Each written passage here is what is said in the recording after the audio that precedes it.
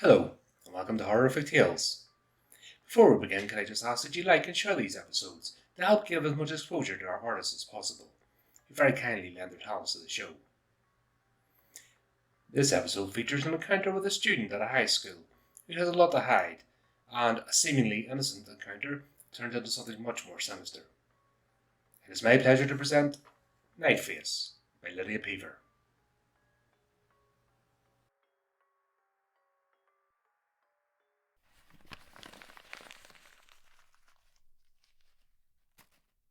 Solomon, the principal intoned deeply, and exhaled with as much gravity as he could. As principal, Bran Fallon disliked dealing with students he could not remember seeing in the halls. There seemed to be more of these this year. He had to read this student's name from the file every time he said it. Names just did not stick in his head these days. This one, though, this name, it should have stuck. Just Saul, sir. Just plain Saul, the new student replied, seeming to mock Fallon with his own deeper voice. Well, Saul. Fallon paused while the student sat down in front of the enormous desk. He was grateful for the space between him and the dark-haired young man. I'm not going to try and catch you off guard here. I'm not going to dance around, he faltered. Then Saul picked up the pace. Then don't dance, Saul said, rolling his eyes. But don't let me stop you. If you really feel the need, it would be a sight to see. Fallon had expected some odd quip, just not so soon. This was part of the problem with this student. He glanced at the manila folder. I mean, the issue, Saul. I'm not going to dance around the issue. Your teachers and I. Saul leaned forward in his seat, and Fallon's discomfort increased. Your teachers and I. We've all reviewed your attendance, the numerous written notices. Saul interrupted. My attendance, he mirrored Fallon's tone and stressed exactly, is not an issue. Being well over 18, you should have a little note there in your file for every single day I took off. I write my own notes, as per your regulation, as per your policy. Well, let's look then, Bran cut in quickly, looking squarely across the desk. He was losing control of this conversation. It didn't help that he simply could not remember this boy's name, no matter how hard he tried. His file, sitting open on his desk, was mainly useless, aside from supplying his name. Fallon glanced down at it again. A bulging packet of dismissal slips, and what must have been forged doctor's notes. He picked up a pen and ran down the list. OK, January 31st to February 4th, 1 week off. March 9th to the 23rd, that's 3 weeks off. April 29th to May 18th, that's 5. Saul reminded himself almost too late that he should not smile, no matter how comical this was. He should lean back into his chair. In terms of body language, he wanted to look defeated so the principal would slaver on. Saul lifted one arm almost girlishly to his chest and then closed his fist. He lowered his head. His eyes rose slowly upward. One eyebrow rose.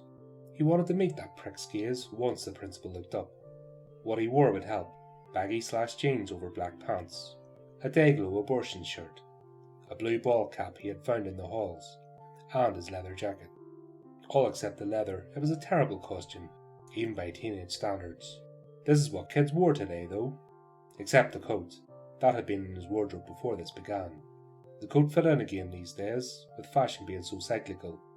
All these other clothes would go straight in the trash. Saul wanted to look the picture of a kick-ass, tough teenage angst.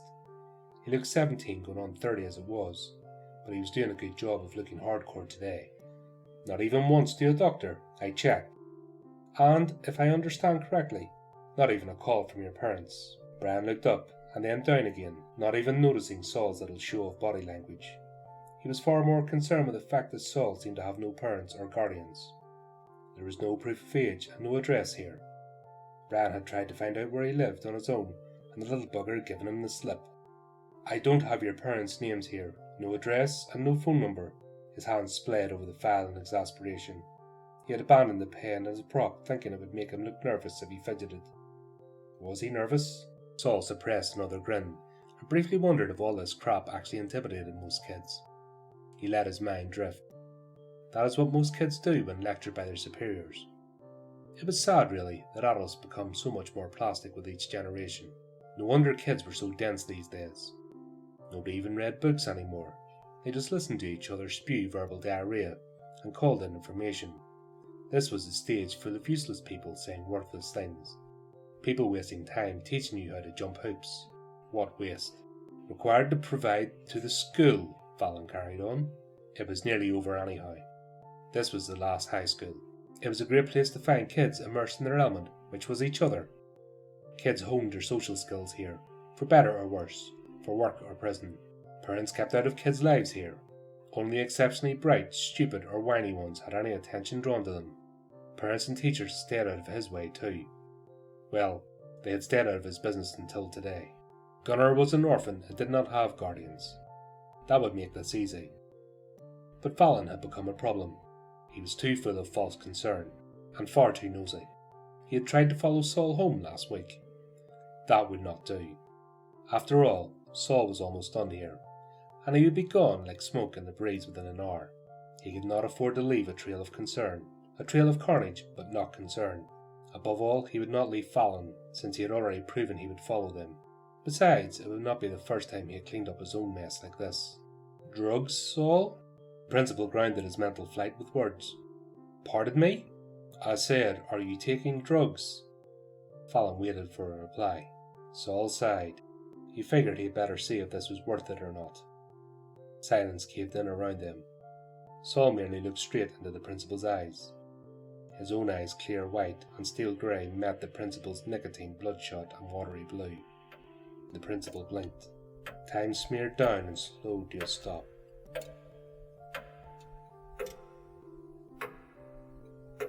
Like a film reel melting to the bulb, Saul had waited for this moment. Very little actual interior energy. He felt the room before him. A passé little trick to him now, but quite useful, this sensory extension.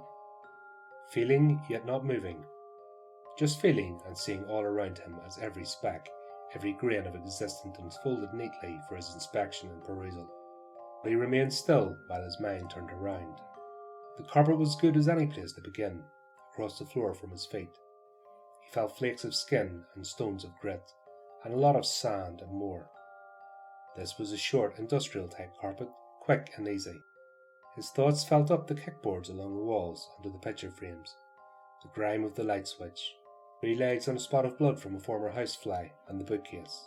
Though, when he had been training this energy, he had found $100 bill in a library bookcase. His father had commanded him to scan every book, magazine and journal, stopping only when he was pale and spent. So many libraries, so many books. This had started when he realised he could count the pages with a glance at the cover. Letting him keep the money that day was very unlike his father. Letting his son have an aneurysm during training was more his style. No wonder his father had been so astounded by his talent. It was pretty cool. His training only changed when he showed his father how he could read the books too. That is when the psychic training had grown worse, his father's cruelty increasing and his question far outweighing the answers. Well, there was nothing in the way of money here. No books he would care to read. Not what he was looking for either. His mind extended to feel along the desk, in, under and around dust-encrusted knickknacks against the wall. A knife that had cut through numerous types of hashish had been used to sharpen the pencil in the jar. Microscopic size was no issue with his talent. Saul could determine minute flakes of the stuff crammed within lead in the wood itself. This was only good, not great, because the knife could belong to a student. If it was the principal's, and he found only hash at the principal's home, it could be resold. Hell, anything he found here or there he could sell. The room was nearly done within 1/4 of a second. That left him another quarter to examine the man personally. He examined the man's interior rapidly. Once Fallon had finished blinking, his time would be up. Going on any longer would be noticeable, since he would look odd. Straining and still, unable to speak, it was a vulnerable way to be. This trick he did not usually pull one-on-one, but in a crowded room where he could zone out unnoticed. He saw a vasectomy scar, about 20 years old now. A mediator's colon, a liver with about 5 years to go, milky white sections and cancerous decay of dead tissue from bile fighting too much liquor, was tinged with neon signs of too many cigarettes. Saul figured the principal had begun smoking around the vasectomy date. Maybe the drinking started then too. No, that was much older. Dan had been a hound for booze long before. Heart disease was creeping up on the man.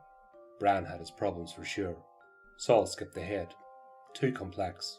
He proceeded to the skin, and found between wart and blemish a microscopic residue of cocaine in the skin between the thumb and forefinger. Nose candy territory with fresh cocaine, as in today, at school day. This morning Bran had done coke. Good find, as he had no time to get into the blood or brain to find that out anyway. To get a feel from the time span, he thought and felt around the septum and bridge. It was quite deteriorated up there, but not noticeable to the naked eye. It must hurt him though, thickly ulcerated and seeping with at least an inch rotted around and ready to go as well. It indicated 8 years of blow at least. Excellent. His teeth were also completely fucked by opiates. Good. Bran had the earmark of an addict. Solomon now knew what to expect from the guy's home. A stash of good drugs, or a clue as to where to find one. At the very least, money. Since he had been hiding out for the last few years, hiding from his father, he had found it easiest to clean out the homes of the dead for cash, drugs, and other items he could sell. Drugs were the easiest thing to sell off. While he worked on talents of his that would grow wealth, he still had to travel, eat, and afford entertainment just like anybody else. Nearly done, he skipped over the clothes quickly. Disgusting ring around the collar, stained armpits on an old shirt, 2 buttons missing under the belt, new pants, and a couple of $100 in the wallet. There was a calling card type advertisement for a rather pricey flesh farm. It had a picture of a hooker, named Cynthia written in thunderbolts, and a phone number. On the edge of the card was recut with very sharp scissors. Another number was written in ink below the first one. A hardly noticeable build-up of cocaine lined the freshly cut edge. The whole card had a slight bend to it. Someone had wiped it clean of fingerprints.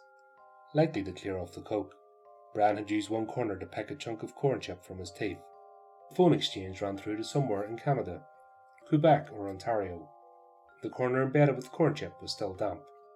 Other than residual cat shit on the inside of Bran's shoes, more trace cocaine in and around the shirt pocket, there was not much else. A pen jutted from his pocket, and although the outside was clean, the inside of it was rife with coke. All the workings had been stripped out, so it was in essence a fine metal snort tube, the carcass of a pen.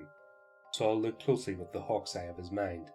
It was platinum, and a well-known brand name. Saul had sold 2 already, and he knew it to be one hell of an expensive pen. Certainly not school supply. Cocaine, hash, hookers, and expensive pens. Saul wondered what sort of salary a principal made, and what extreme this one lived in after hours. If Fallon carried his gear in his pocket all day, he could only imagine what would be found in the broken man's house. By this point, Bran's eyelids continued on the upswing of the blink. His eyes rolled up slightly, making him look half-witted, oafish. Saul only had grains of seconds to get comfortable again. These exercises usually flushed his cheeks suddenly, and gave him a winded look. At this point, he did not care. The principal would notice, but to him it would only seem that Saul had become angry. He was red in the cheek with all sorts of veins extruding on his arms, temples and neck, his teeth clenched. It gave him the look of a man taking a large crap, more than just winded. He took a second to relax. Maintain. Go. Pardon me? Solomon said again to shake off the principal's question, whatever the hell it had been. Both of them sat as they had a second to go, locked in the stare down. Drugs! Fallon exploded. Are you on drugs? Even better, what sort of drugs are you on, Saul? I've had some wild kids around here. Saul bit his tongue hard to keep from smiling. It was no wonder the lecture had taken this turn towards drugs earlier. Kids on pot, kids with guns even, but not half as crass as you. Look at your marks. When you're here, they're all through the roof. Then you're gone for a week, sometimes 2. Tell me, Saul, where do you go? Bran had to stop from losing patience, but as a testament to his skills, this meeting was again on a direct course. The last thing he wanted to do was get angry with his student. Home, sir. I go home, and I study, Saul said, finally taking the stupid ball cap off and setting it on the desk. He wondered if the boy found it suddenly restrictive and irritating, or had become angry. Bran looked down, as if the true answer were carved on the desk. He rubbed his temples hard and nudged sideways in his seat, belly brushing the desk edge. He was too tense. Talking to kids always made him edgy. Study, Saul? I really doubt that. In fact, I'd doubt that you've had many sick days in your entire life. Now, I don't know what classes were like for you at... The institution name leapt from his memory the moment he read it from the open file. Your last school, but you haven't been here long, and we're worried about you. He stood and put his hands on the desk, with his arms supporting his bulk. He leaned over towards Saul. Kids are really sick, you can tell. When kids are on drugs, you can tell. When kids are severely screwed up, you can tell. So which is it, Saul? You miss a lot of time here. Are you really sick? On drugs, or just screwed up? To be frank, we just can't tell with you. We really can't. Really sick, sir, Solomon said. You can't tell, not that it matters. The kid's cheeks were flushed. Bran supposed patience was wearing thin for both of them. To lead off the tension, he paced behind his desk. The principal's mouth gaped. Of course it matters. You're young, and you look strong, healthy, and you're smart. All of your teachers agree there. You treat them like dirt, mind you, and most of them still like you. This is grade 12, Saul. Grade 12, the end. It can be all over here in the next month if you just stay here. You can salvage your marks. Come every day, not just every other week. Can you do that? Finish off the school year? Bran stopped pacing to look down at Saul. No, Saul said plainly. That's when Bran noticed he had been pleading. He hadn't realized it until now. It ends here, Saul continued. I did not come here to learn. I came here to find someone. And I did. And I'm done here now. What do you mean, find someone? Fallon sat down again. A girl? A friend? He pulled back from the yelling and now tried for more person-to-person intimacy. Past training as a guidance counsellor came to the rescue. Friends. Yes, let's call it that. I came here wasting time and money to find a friend, damn it. What the hell kind of kid do you think I am? Saul leaned back now, his trigger finger actually itching. He explained calmly. I bypassed these babies years ago. This is the 6th high school I've been to, and all I've seen so far are zombies. It's worse in the States. All I wanted to find is one kid that still had any sense or soul. You have no idea how you ruin these kids. Not only you, but the entire adult contingent. Someone turned you into a zombie, and all you can do is return the fucking favour. I need a kid that can still learn. And it's been an unbelievable hunt. It took far longer than I planned. 6 high schools? What are you talking about? What in the hell are you? He tried to add talking about, but could not finish his thought. He could not move and barely think. Talking would have to wait until he puzzled this out. What does he mean, zombies? Bran thought. Hunting? Look at you. Are you sick, Bran? Are you on drugs? Saul got closer. Saul got louder. Or are you just severely screwed up? You know what? It's all 3, right? I can tell. Not by looking at you, but by looking in you. I look in all of you. Millions of kids, parents and teachers worldwide, and I find one. Solomon's grey eyes shone. One kid that is only slightly less brainwashed than the lot of you. Here is where I found him, and here is where you'll get the fuck out of my way. Bran found his tongue and tried to use it. What are you going to do? He looked mystified by where this was going and unable to think straight. Solomon spent rationed energy to extract the Cynthia card from Bran's wallet and send it into that limbo to where things disappeared. A place all true magicians kept secret. It was easy to disappear things there once you knew where it would go. When an object reappeared from that weird limbo, it would appear back where it came from. No effort needed. Putting it somewhere else was a different story altogether. Slowing time down slightly would enable a weak adept to herd an object bit by bit back from the void. He felt one edge of the card jutting in between his fingers, palmed already. This card trick would add atmosphere. Let this jerk know he was serious. All magicians were a little sick this way.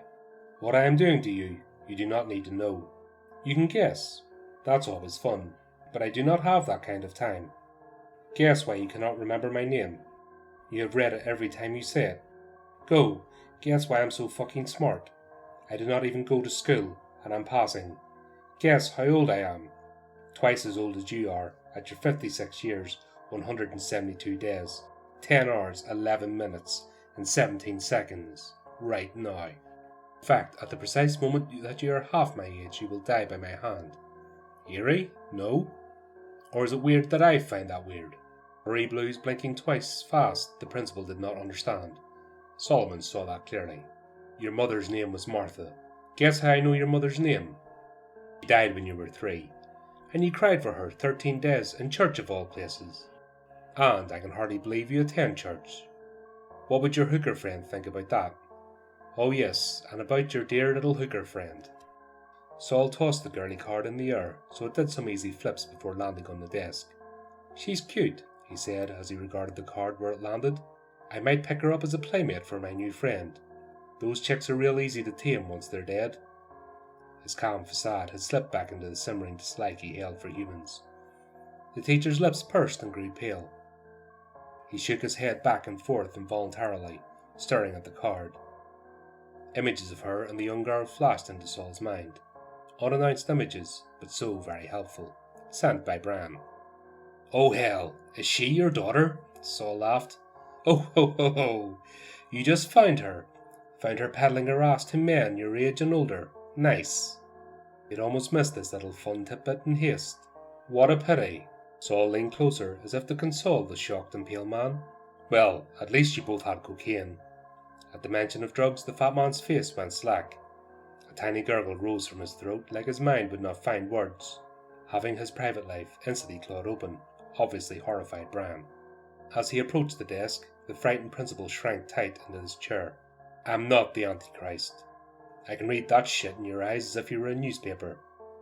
There is no such thing. I know that, and a lot more you could never understand. However, I can heal with my touch. I can stop time, slow it down, and back it up. Build cities out of dust and sunlight.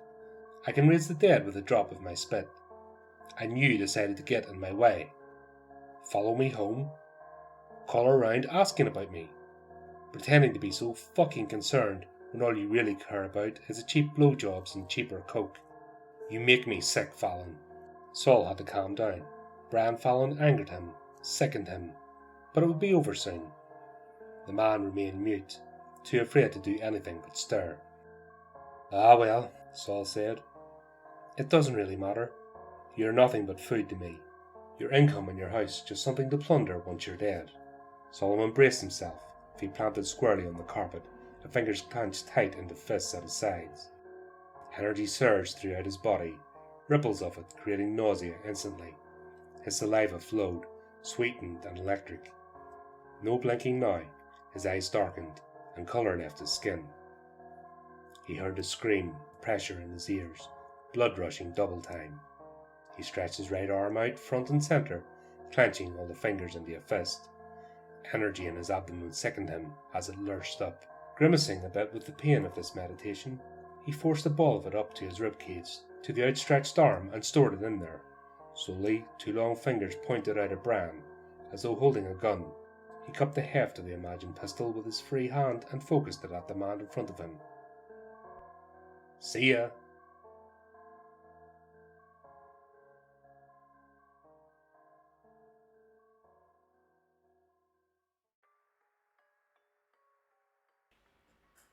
Well, we hope that you enjoyed our latest horrific tale.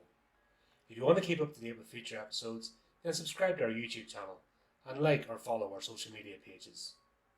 You can also give the channel support by visiting our merchandise store and picking up some of our items. Please also take a moment to support our contributing artists who very kindly lend their talents to the show.